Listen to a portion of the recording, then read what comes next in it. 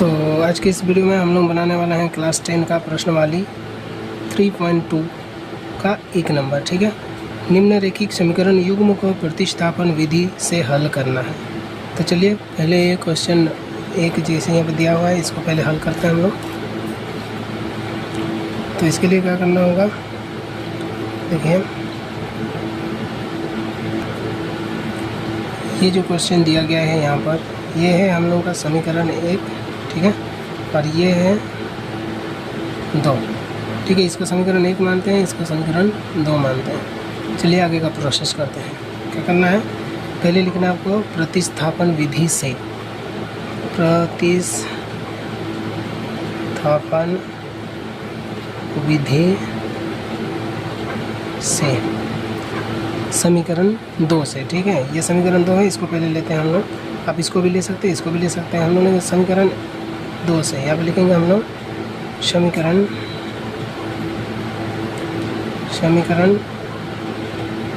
2 से, ठीक है।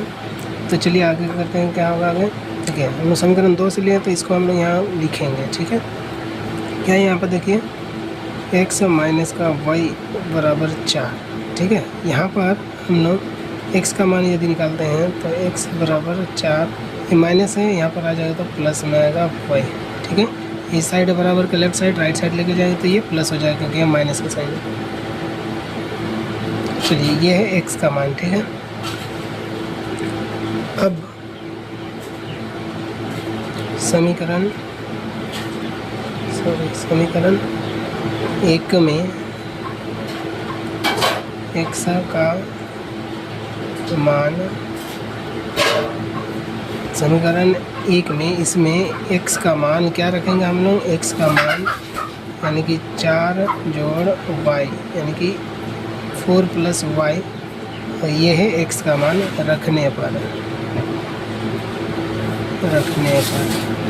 तो इसको उसमें रखेंगे, किस में रखेंगे हम लोग, समीकरण 1 में। चलिए इसको रखते हैं। समीकरण 1 क्या हम लोग का पहले देखेंगे। यहाँ पर समीकरण 1 में है x प्लस में y इक्वल टू 14, ठीक है। यहाँ पर है समीकरण 1। अब इसमें क्या रखेंगे हम लोग, इस x का मान यानी कि 4 जोड़ y।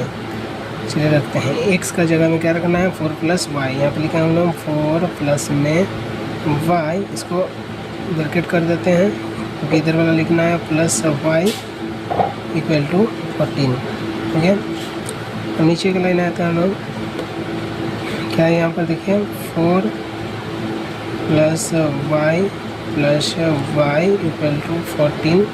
ये दोनों चर है, ठीक है। ये दोनों अगर जुड़ जाएगा तो 2y होगा, क्योंकि एक बार y तो यहाँ पर 2 बार y लिखेंगे, यानी कि 4 प्लस 2y इक्वल टू 14, ठीक है। अब क्या करना है, देखिए यहाँ पर ये है चर, इसका मान निकालेंगे तो 2y लिखेंगे, बराबर देंगे, फिर ये 14 यहाँ पर एज इट इज। देखिए यहाँ पर 4 है, यहाँ पर प्लस में, इधर जाएगा तो माइनस में आएगा 4, यानी कि 2y बराबर 14 में से 4 गया तो कितना बचता है, 10, ठीक है। अब अगर y का मान निकालने जाएंगे तो y बराबर 10, ये है यहाँ पर गुना में, इधर आया तो भागा में लिखेंगे, यानी बाटा में 2, ठीक है। इसको अगर काटेंगे तो 2 5 10 कट गया, यानी कि y का मान हम लोग का निकल कर आ गया क्या, 5। ये है y का मान। अब देखिए यहाँ पर y का मान हम लोग को प्राप्त हो गया। अब y का मान समीकरण किस में रखेंगे हम लोग, समीकरण 2 में रखेंगे, ठीक है। तो चलिए नेक्स्ट पेज में बनाते हैं,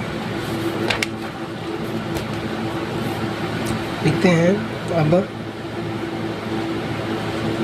y के मान को, या फिर y का मान, ठीक है, y के मान को समीकरण 2 में रखने पर,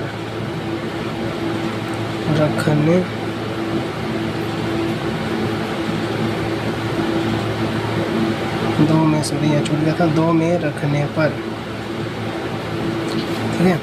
अब y के मान को समीकरण 2 में रखने पर हो गया, यानी कि क्या करना है, y का मान को समीकरण 2 में रखेंगे। समीकरण 2 हम लोग का कौन सा है, देखिए यहाँ समीकरण 2 हम लोग का ये है, इसमें हम लोग क्या रखेंगे, y का मान को रखेंगे, ठीक है। तो चलिए यहाँ पर रखते हैं, बनाते हैं। देखिए पहले लिखेंगे हम लोग x माइनस वाई बराबर 4, ठीक है। हम लोग का y का मान कितना आया था, 5 आया था, तो सिंपली आप लिखेंगे x माइनस वाई की जगह में 5 लिख देंगे बराबर 4।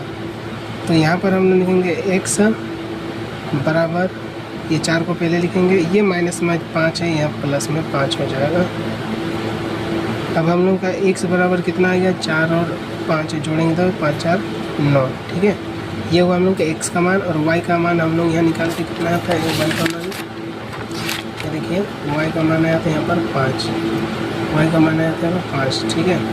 अब यहाँ पर x का मान आ गया 9, तो हम लोग लिखेंगे x बराबर है हम लोगों का 9 और y बराबर है 5, ठीक है। ये हुआ हम लोगों का आंसर 1 नंबर का। अब हम लोग बनाएंगे दूसरा नंबर, उसके लिए यहाँ पर क्वेश्चन को लिख लेते हैं। तो यहाँ पर क्वेश्चन लिख लिए हैं, ठीक है। ये दूसरा क्वेश्चन है, s माइनस टी बराबर 3 और s बटा 3 जोड़ में t बटा 2 बराबर 6, ये समीकरण 1 है, ठीक है। तो ये समीकरण 2 है, ठीक है। इसको मान लेते हैं समीकरण 1 और 2। तो हम लोग यहाँ पर सॉल्व करेंगे इसको। समीकरण 1 से पहले करते हैं, चलिए यहाँ पर लिखेंगे समीकरण 1 से, समीकरण 1 से, समीकरण 1 में है जो है उसी को लिखना है। यहाँ पर लिखेंगे हम लोग क्या, s माइनस टी बराबर 3, यहाँ पर अगर s का मान निकालेंगे तो s बराबर 3, ये माइनस का है तो इधर आके प्लस में आएगा t, ये s का मान 3 प्लस t, ठीक है। अब s के मान को हम लोग समीकरण किस लिए, तो 2 में रखने पर, किस में रखने पर, 2 में रखने पर। हम लोग यहाँ लिखेंगे अब s का मान समीकरण 2 में रखने पर,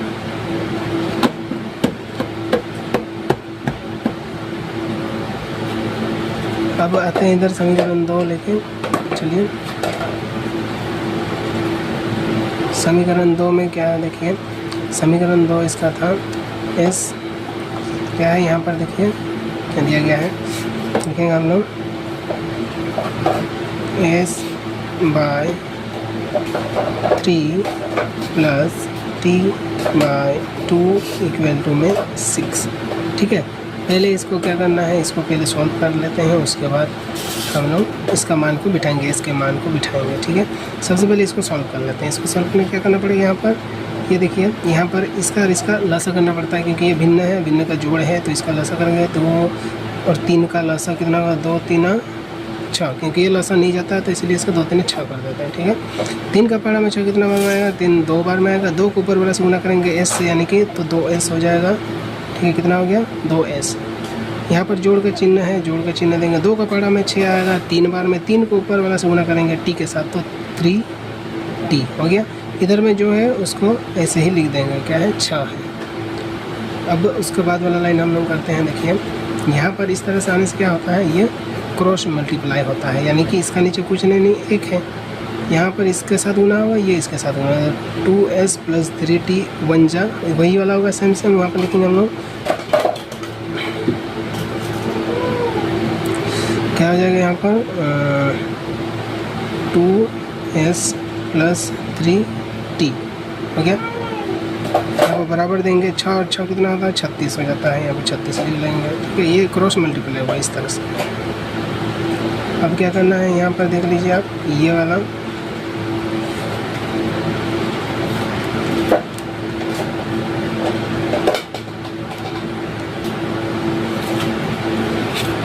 तो यहाँ पर देख सकते हैं हम लोग, यहाँ पर आया क्या, देखिए ये है हम लोगों का समीकरण 2, ठीक है। ये समीकरण 2 था, लेकिन इसी का हम लोग सॉल्व किए तो इस तरह से आया, यानी ये वाला हम लोगों का समीकरण 2 है। अब इसी में हम लोग क्या रखेंगे, s का मान, s का मान इसमें क्या है, बोलिए, s का मान है 3 प्लस t, तो रखेंगे यहाँ पर 2 इंटू s का मान होगा 3 प्लस में t प्लस 3t बराबर 36, ठीक है।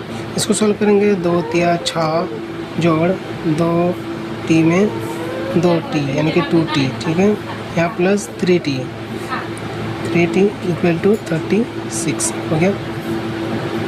यहाँ पर बना लेते हैं सही। हम लोग क्या लिखेंगे, पहले 6 लिखेंगे, प्लस में 2t एंड 3t 5t हो जाएगा। यहाँ पर 5t इक्वल टू 36 हो गया। अब इसका मान अगर निकालेंगे यहाँ पर हम लोग तो लिखेंगे 5t इक्वल टू 36 माइनस, यहाँ पर क्योंकि प्लस में है ये -6। अब यहाँ पर हो जाएगा क्या, 5t बराबर 36 में से 6 माइनस होगा तो 30 होगा। यहाँ पर t बराबर 30, ये गुना में है, इधर आएगा तो भागा में हो जाएगा, यानी बट्टा में 5 का पहाड़ा में ये कितना बार आता है, 6 बार में, 5 6 30, यानी कि t का मान कितना आ गया, 6। t का मान हुआ 6। अब हम लोग क्या करेंगे, इसको t का मान को इसमें रखेंगे, समीकरण 2 लिए थे ना, अभी समीकरण 1 में रखेंगे, ठीक है। t का मान को हम लोग, यानी कि t का मान 6 है, इस t का मान को हम लोग समीकरण 1 में रखेंगे।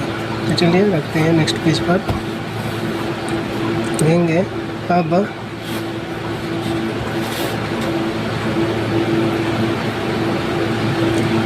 t का मान समीकरण 1 में रखने पर तब क्या हो जाएगा, समीकरण 1 हम लोगों का है कि यहाँ से देख लेते हैं क्वेश्चन से, ठीक है। ये समीकरण 1 क्या है, s minus t equal to 3 है। इसमें हम लोग रखेंगे क्या, t का मान को रखेंगे। t का मान हम लोग कितना आया था, इधर देख सकते हैं, t का मान आया था हम लोगों का 6, ठीक है, 6 आया था। तो इस 6 को t की जगह में रखेंगे, है ना। तो s माइनस t की जगह में 6 लिखेंगे बराबर 3, ठीक है। अब s तो चर है, उसको मान निकालेंगे हम लोग, तो s बराबर में 3, ये माइनस में है तो यहाँ आ जाएगा प्लस का 6। तो s बराबर 6 और 3 कितना हो जाता है, 9, ठीक है। s बराबर कितना आया, 9। अब हम लोग नीचे लाइन लिख सकते हैं, x, सॉरी गलती हो गया थोड़ा सा, s बराबर 9 और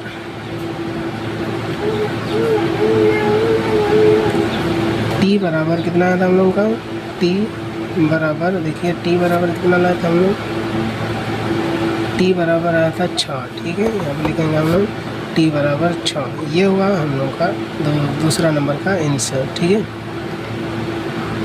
अब हम लोग सॉल्व करेंगे, ये देखिए यहाँ पर तीसरा नंबर सॉल्व करने के लिए उस क्वेश्चन को लिख लेते हैं पहले। यहाँ लिखेंगे हम लोग, ये हम लोग लिख लिए, यहाँ पर देख सकते हैं तीसरा नंबर लिख लिए यहाँ पर। अब इसको सॉल्व करते हैं, क्या करना है, इसको समीकरण 1 से, ठीक है, प्रतिस्थापन विधि से ही समीकरण 1 से क्या करना है, समीकरण 1 से इसको मान लेते हैं समीकरण 1, ये है हम लोग का समीकरण 2। तो समीकरण 1 से हम लोग सॉल्व करेंगे, समीकरण 1 से, समीकरण 1 में क्या है, 3x माइनस वाई बराबर 3। हम लोग यहाँ पर लिख लेते हैं 3x माइनस वाई बराबर 3, ठीक है। तो अब इसको हम लोग क्या करेंगे, देखिए ये है y का मान, ठीक है, ये क्या है, y का मान है, ठीक। अब y के मान को समीकरण 2 में रखेंगे, ठीक है। ये समीकरण 1 उठा के लिए थे यहाँ पर, अब उसको मान को 2 में रख देंगे हम लोग। तो क्या लिखेंगे यहाँ पर, अब y के मान को क्या लिखेंगे यहाँ पर, अब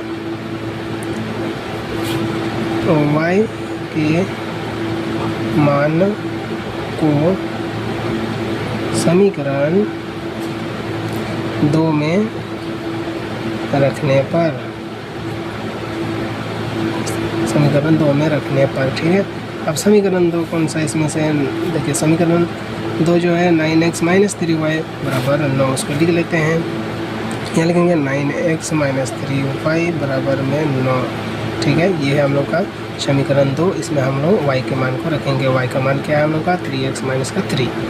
अब इसको यहाँ पर रखते हैं तो क्या हो जाता है, देखिए 9x माइनस 3 लिखेंगे, ठीक है। अब इसके साथ यहाँ पर y का जगह में क्या लिखेंगे, ये पूरा क्या लिखेंगे 3x - 3, ये है y का मान, ठीक है। अब यहाँ पर बराबर है, बराबर लिखे और उसके बाद इधर में 9 है, 9 भी लिख दिया। अब यहाँ पर 9x है जो है वही लिखेंगे, 9x एज इट इज़। यहाँ पर -3 3 जा 9 और x मतलब 9x, यहाँ पर माइनस, यहाँ पर माइनस, तो यहाँ पर हो जाएगा माइनस माइनस में प्लस, ठीक है। यहाँ प्लस दे देंगे और इसको करेंगे 3 3 जा 9 बराबर 9, ठीक है। अब इसको सॉल्व करेंगे, देखिए यहाँ प्लस का 9x, यहाँ पर माइनस का 9x, इसको काट देंगे पहले। बचा हम लोगों के पास क्या है 9 बराबर 9, क्या बच रहा है यहाँ पर 9 और ये बराबर 9 बच रहा है, ठीक है। तो हम लोग अगर इसको लिखेंगे 9 बराबर 9, तो ये है देखिए बराबर का इस साइड में तो सेम सेम है दोनों, ठीक है। तो इसको क्या करना होता है, जो है कट जाता है, ठीक है, ये दोनों जो है कट जाता है। तो काट देने से क्या बच जाएगा हम लोगों के पास 0, ठीक है। ये क्या हो जाएगा 0। ये हम लोग क्या आया यहाँ पर x का मान कितना आया हम लोगों का 0 आया, हम लोग कुछ भी नहीं आया ना, तो इसलिए 0 आया। तो x का मान अगर 0 आया तो y का मान कितना आया,